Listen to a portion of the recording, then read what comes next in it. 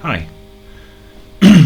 Yeah, it's been a while. It's been how long? I don't even know anymore. 3 weeks actually. Yes. Yeah, this should be part 2 of the Illustrative art series.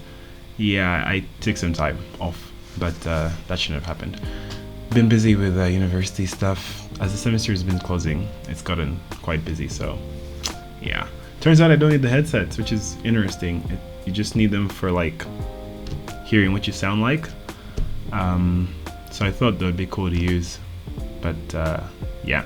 Anyway, so for the artwork that we're doing today, I think I'm gonna split into 2 parts. The first part is doing like the basic sketching and framing, and then base colors. And the next part is doing all the detailed coloring. I'm trying to pick a style for the art piece, some illustration. There are lots of stylists. I think there are like 9 of them. Some of them have weird names, but I'm more inclined to do a more realistic, maybe partly abstract. I don't know. I might do more realistic because that's what my hand tends to do. Yeah, which is very interesting. So that's what we're gonna do. Yeah. And I hope it's great. The reason that we're doing 3D, I think it's mostly self-explanatory. If you're doing digital art, there is no reason for you to struggle with perspective when you have all these digital tools, right? So using 3D helps you to set things up for free, block out your environment. If I know there's going to be a house here, I can literally put a cube and I don't have to think about the inclination of those lines. It's powerful stuff, so we're going to look at that in a moment. Yeah, but that's the process that we're going to be using. Let me just start this recording real quick. Okay, so this is like our scene. I'm just into that view. So this is like camera view. There is the plane for the background, but we're gonna bring that out just in a moment. So you can see here, we have this. This is just my character. You can see it's a very simple bike setup design here. Makes the job quite simple. There's this character. I really love this character because it has a very good rig that was designed by some guy called P2 Design. It's easy to use, and man, I had some trouble rigging. So you can get this set up in whatever position you want, and I used some references to set up what kind of position it would look like during a drift. So that's what I've done right here. And then the bike, again, the design shaping of the bike is based on my references, but I didn't need the details because I'll use the details when I'm doing the final painting, right? And then of course that shape thing. The blocks of it also depend on my design, and you can see that it's super simple to use in 3D. I already have my whole scene set up in case I wanted a more exaggerated perspective. I can just come over here, change the focal length, and it can be something like super skewed, and then I lock camera to view, I zoom back in, and you can see this is like overdone. Like 5mm focal length, like who uses that? But if we take it up to like something like 25, you know, you can, the power is like limitless, man. Like look at that. I could be looking above this, and I don't know what exactly I would want to do with this, but like, hey, who knows, right? So what you can do with it, it's just endless. There is another design that I have that I'm cooking up somewhere here. I think it's R2. No, don't save. This is like a scene setup where you have one character standing, towering over the other character. You can see it's super simple, but the idea is to try to understand what the rest of the environment would scale like if these characters were standing in this orientation. And you can see that it's the idea of a sort of like arena thing that I'm trying to scale against their own sizes. See, like, would it actually work? And that's just why it's so good. You know, I can put Rebel in here and do really cool stuff. So this is like the first step, you know, just setting everything up in 3D. You know, you do whatever you want, and you know, it's free perspective, free everything. So I really love that. The next stage is you got to gather some reference. And so gathering some reference, we're gonna come over here. most of these images are from Pinterest. Yeah. So see, I was trying to get an idea of what like that kind of bike drift looks. So you can see why the shape of his bike it has that kind of shape, because most of these drifts, they kind of tend to that kind of thing. This one's still leaning forward, but this one's got like a crazy sharp turn in the direction that you're turning against. So it was necessary for this. You can even see the shape of his body. Yeah. Let me just try to. Yeah, the plane creates funny scaling issues for us. If I zoom in over here, see the shape of his body. There's that thing where this part of the body is like leaning towards the side that you're turning. This side is leaning the other side. It's a balancing act, and you can also see that's what they'll normally do. The head is like coming over this side, the body's leaning over the other side. Some of them they'll even like stand, right? Like this guy's got his other leg leaning. This one, not necessarily, is pretty balanced, so he doesn't have it needed to lean, and like much more reference. So it's not all that necessary. So, but it helps you to know the shape, really handy. And then you can see here that I also have my own concept art. So I need to know what my bike's gonna look like when I'm doing the detailing and stuff. So these are pictures from my sketchbook. I just threw them in here so that I can easily refer to them, right? It's reference, that's the goal. I also have references of the big ship. It's called the Capron 15. So you can see there's like a 3/4 view, there's like a cut off top view over here, but I kind of know what it looks like in my head, so I don't need like the full bottom view, and it's not important for the art piece, so I wasn't too stressed about it. I also got these images inside so that I can try to see the kind of style I'd be tending to. I like this design in particular because there's a way the paint has a little disjoint characteristics, you know, like it doesn't fully blend. It's almost there but not quite, which I really love because the details in it are so many and it's so insane. So I like that kind of detailing. So if I can do that and keep the painting disjoint, I think I can achieve that. And also I like details. This looks really cool, so I just thought I'd fit in here. And why not a little coat, you know, by some king, you know, why not? No, you maniac. So the first thing that I was gonna work on was doing the rough sketch of everything that's going on in the background. So I've already imported the background of this 3D environment into Krita software. You probably do it in Photoshop or something like that.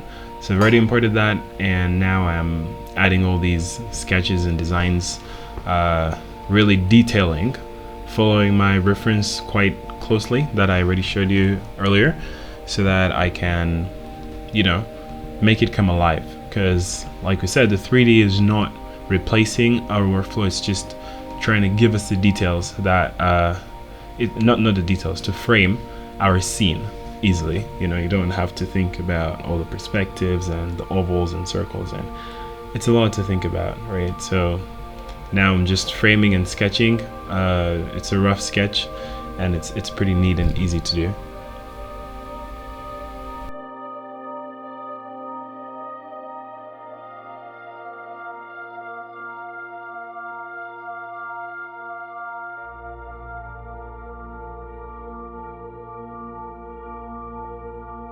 Okay, so the next thing that I wanted to work on, despite the fact that Krita was lagging a little bit, I was trying to do now the cape. So he has a coat on. It's not necessarily a cape, it's more of a coat. And the first time that I did this design, it was really trailing behind him, but if he's drifting, the coat would tend to go forward because of the force that is like, he's just leaving it in that direction. A very non-technical way of explaining it. So the coat would literally go in the direction he was originally going to, while he changes direction by drifting. So that's what I was trying to achieve while I captured the coat shape this time. Yeah.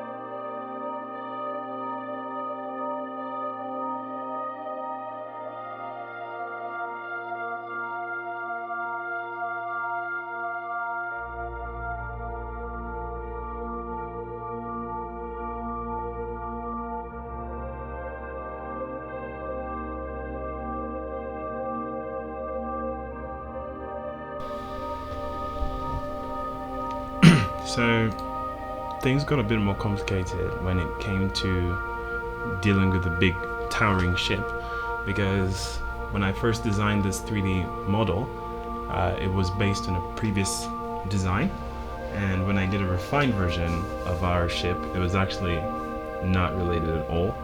So I had made a few iterations before, and by the time I saw it in it, I hadn't come to make the adjustment. So I realized that only when I actually started doing the art, that, oh wait, it's different from the reference I actually have, because I didn't model it based on that reference, which was not good. So while I was coming up with the drawing, I just couldn't follow the lines that were available in the 3D model. I just had to follow the scaling. And so I had to be a bit more creative in the rough sketch. So when you see a lot of lines, I'm just trying to shape it out, and it's a hustle. Yeah. Meanwhile, I am looking for less laggy screen recording options, because my hand was blocking most of the process, which was very annoying.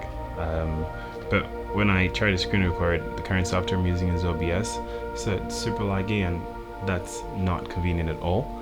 If you know any options that are not so laggy, please help. Or maybe I'm setting it up wrong, because I feel like I got the RAM for it, 64 GB RAM, surely. I don't know how that even works.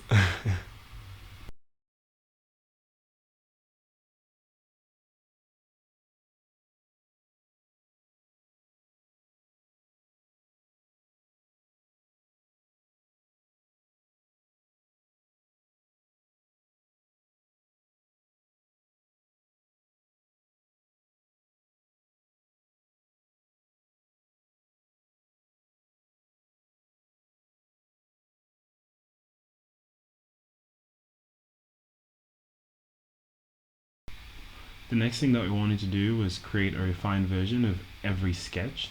So I'm changing the color here. Originally I was painting in black, but I'm going to do blue for the character and his bike, and later I'll do a reddish orange for the big ship, and a light brown for the background.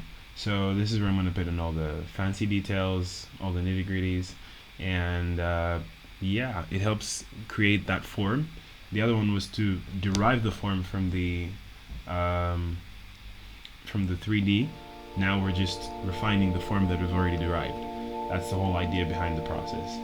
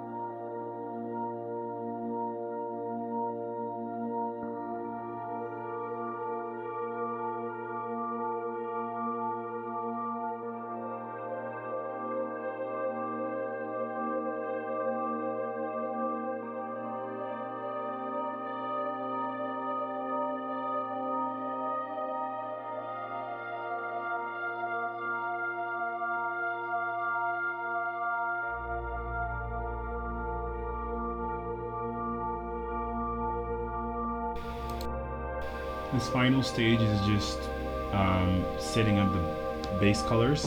So we want like about 4 of these base colors. Yeah, land background, the sky background, and then the 2 main elements, the 2 animated main elements of our art piece.